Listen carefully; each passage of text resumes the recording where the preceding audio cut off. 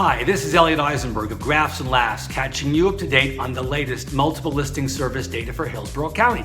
And just as was the case last month, your market's on fire.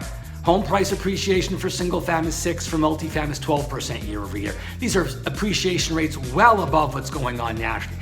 Even pending sales are going up by a few percentage points, 3 or 4 percentage points year over year for multi and single family. So demand is really strong, really strong. You're breaking records, monthly house price records every single month now. And as a result of this, new inventory is very tiny. Inventory year over year has fallen by 30%. So the months of inventory are really tiny. They're below 2 for the first time ever, 1.9 for single fam, all-time record, and 2.4 for multifamily. Really low levels. There's nothing to buy. There's nothing to buy. This is because people want new homes. They want to change where they live because of coronavirus. They want a gymnasium. Junior has to have a place to work.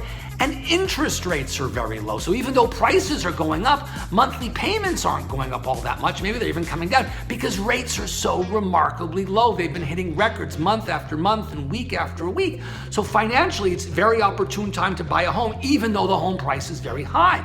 And this is likely to continue. Many people are afraid that we're going to have some inflation, and inflation will cause interest rates to go up and put a real damper on housing activity.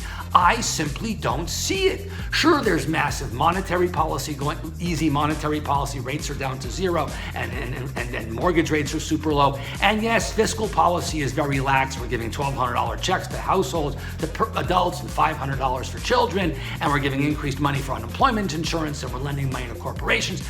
But firms aren't investing in equipment, and they're certainly not investing in plant. And banks are reluctant to lend because interest rates are low, and the likelihood of default and foreclosure is relatively high. So even though there's this money going out there, the velocity of money, or how often it turns over, it's declining. There's not going to be any inflation in the next couple of years. And the Fed's told us they're not going to raise short-term rates. So no short-term rates, high levels of unemployment, slack in manufacturing facilities. There's all these deflationary pressures. So I am not concerned, even though the deficit's going to skyrocket this year, 20% deficit this year, twice as big as it was during the Great Recession, and the debt's going to get bigger.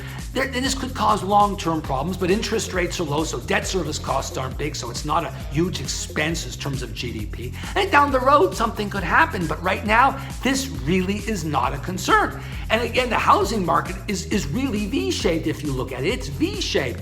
We see mortgage banker data showing 2 months ago, year-over-year first-time mortgage apps were down 35%, but now they're up close to 20%. This is a 50 percentage point change. The housing market is strong. Interest rates are likely to remain largely where they are for the foreseeable future.